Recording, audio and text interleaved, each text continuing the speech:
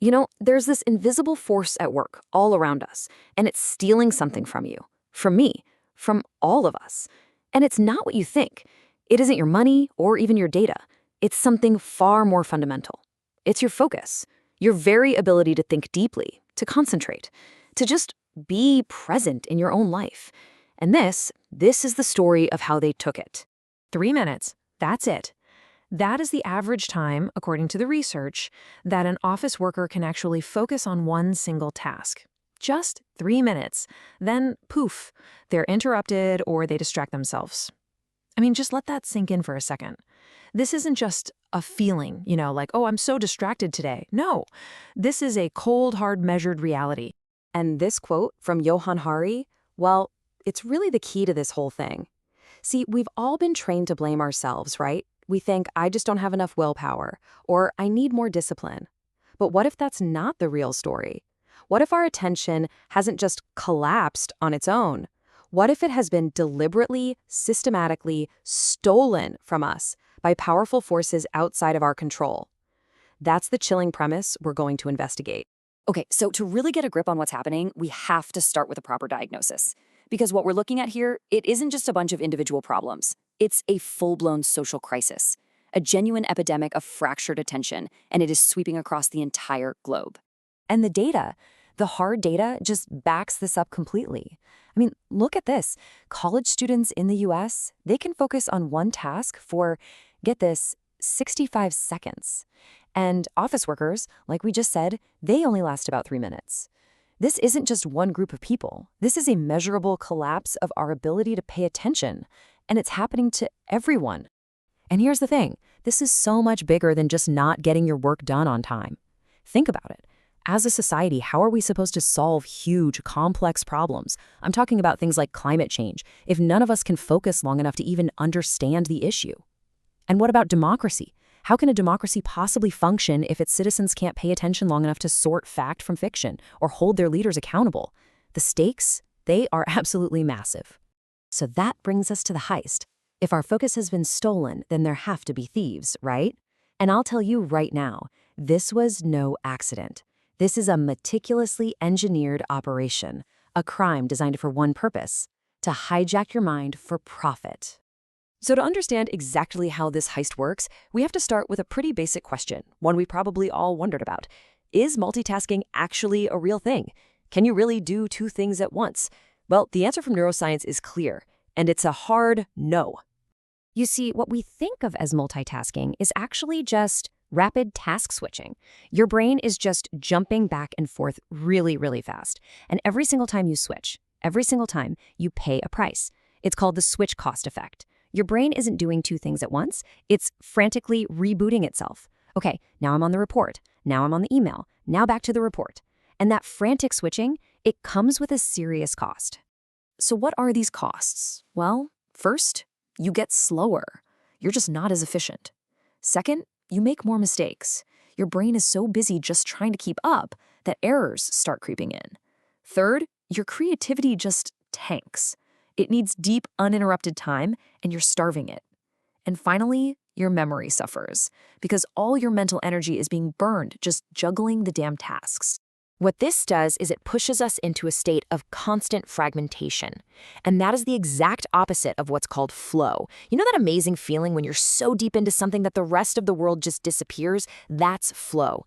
And as Johann Hari puts it, fragmentation shrinks us, flow expands us. And right now, we are all being systematically pushed toward that smaller, shallower, angrier existence. But why? Why would the world be designed to fragment our attention? The answer? The business model that runs Silicon Valley. It's called surveillance capitalism. And the core idea is brutally simple. You are not the customer, you are the product.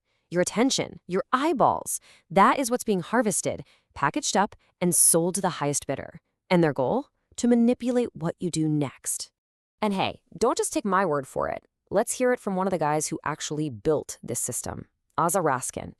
He's the guy who invented the infinite scroll. And what he says is, well, it's chilling. He admits that features like the one he created are designed for one single reason: to keep you glued to the screen. Because, as he says, The longer you make people look at their phones, the more advertising they see. It's not a bug. It is the system. But here's the twist. Big tech isn't pulling off this heist alone. No, this job is too big. They have accomplices. You see, the whole operation only works because our defenses are already down. There are all these other forces in our society that are weakening our minds, making us the perfect vulnerable targets for this kind of manipulation. So let's use an analogy. Think of the front part of your brain, the prefrontal cortex, as a bouncer at a really exclusive nightclub. Its entire job is to stand at the door and filter out the riffraff, all the irrelevant distractions, so that only the important stuff gets in. This bouncer is absolutely critical for you to be able to think clearly. The problem is, our modern world is sending a mob to the front door. The sheer volume of pings, alerts, and information is just overwhelming the bouncer.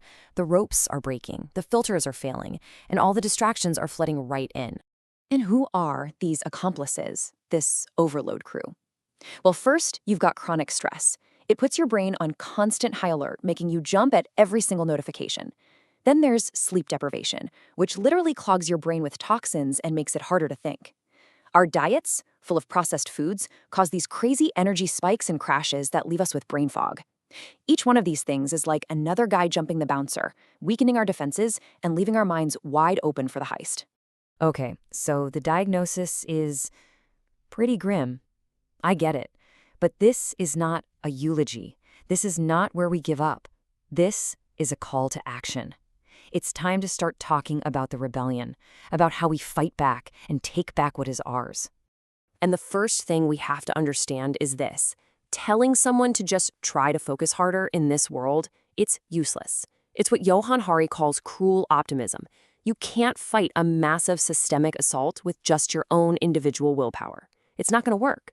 What we need is a collective fight, a movement. We need an attention rebellion.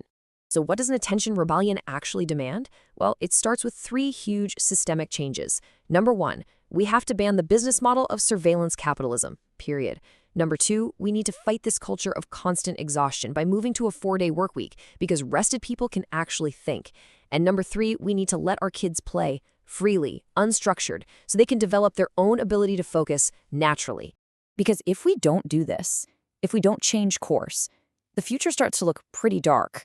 We could be heading for a brand new kind of class divide. But this one isn't based on money, it's based on attention. You'll have an elite and upper class of people who know how to protect their focus, and then you'll have everyone else, just getting manipulated more and more by the machines designed to control them. So, it all comes down to this one last question, and this one is for you. Now that you know your focus has been targeted, that this essential part of you has been systematically stolen for profit, what are you going to do about it? Will you fight to get it back?